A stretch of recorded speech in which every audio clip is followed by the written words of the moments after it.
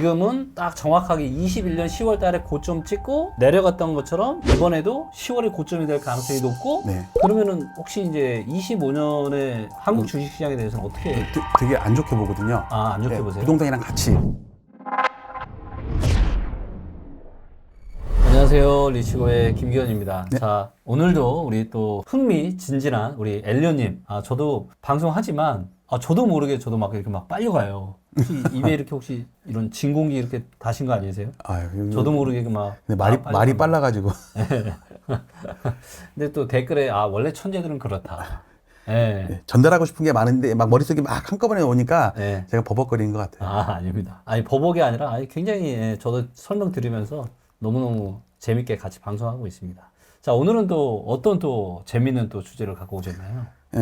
제가 이 전 방송에서 홍콩 ELS 사태처럼 네. 3년 펀드 만기 어떤 그 메커니즘에 의해서 네. 자산시장은 금융이 들어간 자산시장은 3년마다 어떤 사이클이 고점이나 저점 등 같은 변곡점이 나타나는 거 네. 그거를 오늘 말씀드리려고 하는데 네. 제가 김기현 대표님 3년 전에 방송했을 때 그 2년 네. 말씀드리면 제가 먼저 하락을 얘기했지만 네. 고점은 김기현 대표님이 맞췄단 말이에요. 10월 네. 그 얘기를 하려고 그래요. 그 얘기 책에 써 있는데 네. 여기에 내용 책에 뭐 22편에 보면은 네. 이제 킬러 시파동 얘기가 나오면서 요렇게 나오거든요. 네. 요렇게 나오는데 제가 세 가지 시나리오 얘기했어요. 7월 달에 쓸 때 네. 다음 달 8월 또는 10월 아니면 12월 그중에 12월이 상수 칠 가장 확률이 높은 케이스다. 그걸 네. 쓴 게 있거든요. 두 번째 시나리오는 네. 2021년 10월 상투. 이게 네. 김기현 대표님 상투예요. 네.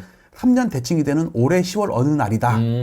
필자는 그 가능성이 가장 크게 보는 것이 바로 이 두 번째 10월 시나리오다. 이게 늘어지면 12월이 될 수도 있는데 그렇죠. 저는 지금도 10월일 가능성이 높다고 봐요. 그러니까 요 내용을 지금 7월 달에 쓰신 거잖아요. 예, 7월 달에 그렇죠. 썼죠. 그 당시에는 네. 다 폭등 얘기만 맞아요. 나올 때라서 네. 어느 누구도 올해 내년까지도 간다고 그랬거든요. 올해 상수 친다는 얘기를 못 할 때예요. 맞아요. 근데 지금은 하락 얘기가 좀 많이 나오죠. 여기저기서. 네, 네. 예, 어떤 그 분위기에 안 취하고 이게 기술적 분석의 장점이라고 생각을 해요. 네. 기술적 분석은 심리적인 걸 다 배제하고 네. 모든 걸 배제하고 지표, 데이터 요것만 보고서 냉정하게 판단하는 게 기술적 분석이라고 생각을 하거든요. 네. 자, 그래서 요 차트를 좀 보여드리면 네. 자, 요거는 국토부에서 이게 그저께인가 발표가 됐어요. 네. 국토부에서는 9월 달에 꺾였다고 나온단 말이에요. 그럼 상투는 8월이 되겠죠. 네. 근데 일단 요거는 선 차트입니다. 이거 국토부 데이터 그대로예요. 네. 그다음에 요거를 제가 봉 차트로 좀 이 봉의 힘을 보기 위해서 좀 만든 거고 제가 L 차트는 요겁니다. 네. 자, 그런데 국토부에서 네. 5번의 변곡점이 있어요. 지금까지. 2021년에 변곡점 요 네. 10월 상투 이것도 저는 제 주장은 조작이에요. 아니에요. 10월이 아니에요. 그다음에 22년 1월부터 뜬다고 나왔잖아요. 네. 이것도 조작이에요. 이거는 제가 지난번 방송에서 했어요. 네. 이것과 올해 초의 바닥 요 두 가지는 제가 증명을 해드렸단 말이에요. 네. 제 문서가 아니라 그들의 문서로. 네. 근데 그 전에 고점과 이번 고점도 있죠. 네. 전 이것도 조작이라고 생각을 해요. 이거는 오늘 주제는 아니고 네. 이거는 지금 다른 데다가 제보를 해놓은 게 있기 때문에 네. 거기서 아마 충분히 그들의 데이터를 가지고 객관적인 네. 데이터를 가지고 국가기관이 어떻게 조작을 하는지 네. 그걸 증명을 책에도 요 두 내용은 있거든요. 네. 근데 고점에서도 조작했다는 거를 제가 증명을 해보이려고 네.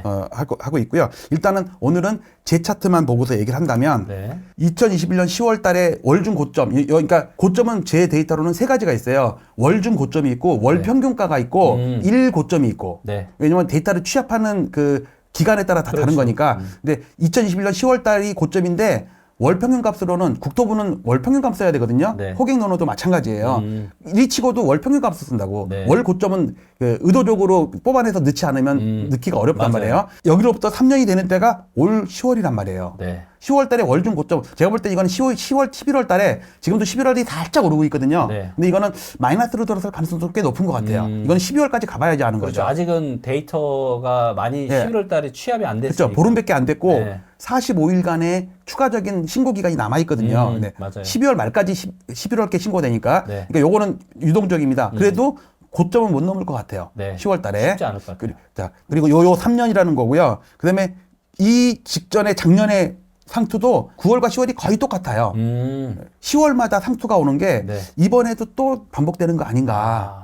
10월은 4분기의 첫 달이에요. 네. 9월은 3분기의 마지막 달이고 그래서 9월, 10월 요 사이가 변곡점이 나타나는 경우가 많아요. 네, 맞아요. 보통 대부분 뭔가 안 좋은 일은 9월, 10월, 11월 이때 많이 나오는 것 같아요. 그렇죠. 예. 주식도 그렇고, 예, 주식도, 부동산도 그렇고. 네. 자, 이 상태에서 요거는 논외로 하고요. 자, 요거는 1데이터입니다. 네. 1데이터 시가총액 아까 봤던 거고 2021년을 예를 들면 네. 월중 고점은 10월이고 월 평균 고점은 11월이고 일 고점은 12월 7일이에요.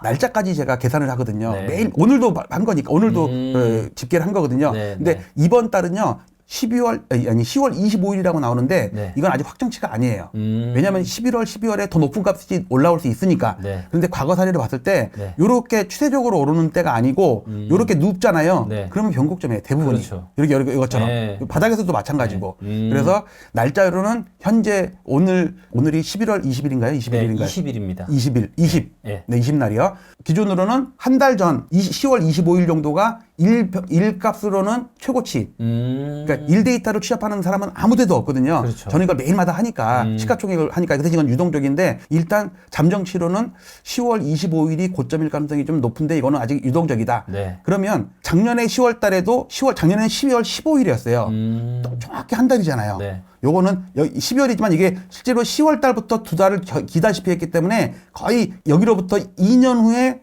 10월, 1년 후에 10월, 네. 합쳐서 3년 후에 10월, 네. 홍콩 ELS 사태 같은 개념이에요. 아. 3년의 어떤 텀이고요. 네. 요거를 조금 확대해서 보면 이렇게 확대해 보면 작년에 10월 15일이 고점이었고요. 네. 그다음에 올해는 10월 25일이 고점인데 요건 아직 잠정치라서 확정치는 네. 아니다.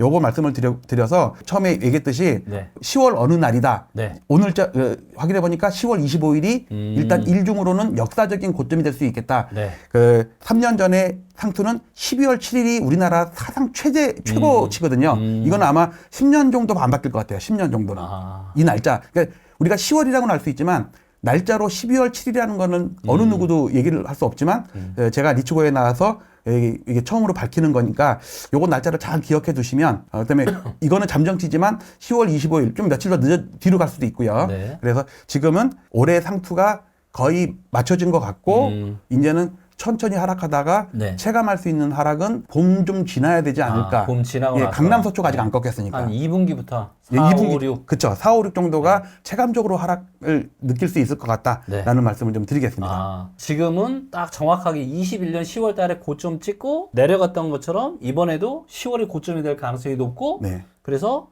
조금 지지부진 하다가 내년에 이제 봄 지나고 나서는 이제 상당한 하락 파동이 예. 시작될 가능성이 아주 높다. 예. 그 대신 22년 하락보다 더 강한 하락이 올 수 있다. 끔찍하죠. 저랑 견해가 똑같았어요. 저도 22년 하락보다 훨씬 더 큰 하락이 저는 올 것 같아요. 그리고 여기서 제가 하나 추가적으로 질문을 하나 또 드리고 싶은 게 있는데 뭐냐면 우리가 이제 부동산 시장에 큰 하락이 왔을 때 시기를 좀 보면은 그때 주가의 흐름이 그렇게 쏙 좋지 안 좋더라고요. 네, 그렇죠. 예, 보통 큰 하락이 나타났을 때는 주식시장도 별로 안 좋은 경우가 많은 것 같았거든요. 왜냐면 이게 따로 어떻게 보면 떨어질 수가 없는 거잖아요. 그러면은 혹시 이제 25년에 주식시장에 대해서는 혹시 한국 주식시장에 대해서는 어떻게 되게 안 좋게 보거든요. 안 좋게 예, 보세요? 부동산이랑 같이. 제가 오늘 이 주제를 넣을까 말까 하다가 자료까지 만들었다가 그냥 뺐어요. 너무 많아지니까. 네. 이게 뭐냐면 네. 주식시장이 항상 실물 경제를 좀 선행을 하잖아요. 그다음에 부동산은 조금 후행을 하잖아요. 네. 잘 생각해 보시면 2021년 네. 6월 25일이 3,316으로 사상 최고치를 찍었거든요. 6.25 전쟁 네. 날이라고 저는 해요. 제가 그때 곧버스를 3,300일 때 크게 들어가서 크게 수익이 났기 때문에 네. 맨날 그걸로 지금 자랑도 하고 있어요. 자, 그런데 우리 상투는 10월에 왔죠. 네. 자, 그러면 6월 달로부터 7, 8, 9, 10, 4개월 후에 상투가 왔죠. 주식 시장의 상투 4개월 후에 부동산 상투가 왔어요. 서울 아파트. 자, 그런데 제 책 내용 중에 보면요. 네. 7월 달에 책을 7월 말에 썼을 때니까 네. 7월 11일 며칠 전에 중간 고점이 굳어져 버리면 그로부터 4, 5개월 후에 네. 부동산 상투가 올 것이다. 자, 그러면 7월 11일이거든요. 네. 2021년도는 6월 25일이에요. 근데 6월 25일인데 6월 말이 고점이에요. 네. 근데 이번엔 7월 11일이 고점인데 네. 7월 달에 하락으로 끝났기 때문에 월중 고점은 6월이에요. 그러니까 코스피도 2021년 6월 상투, 네. 올해 6월 상투. 딱 3년. 기가 막히죠? 네. 그러면 그 6월로부터 4개월 후면은 네. 10월 아니에요. 네. 그러니까 2021년 코스피가 6월, 지금 6월. 근데 부동산도 와. 10월, 올해도 10월. 주식시장까지 결합하니까 뭔가 더 그림이 더 더 선명해지는 그려지죠. 것 같아요. 예. 그래서 저는 그 맨날 주식으로 치면은 저는 쇼플레이어를 주로 하거든요. 네. 그걸로 돈을 벌기 때문에 계속 그거를 주로 해요.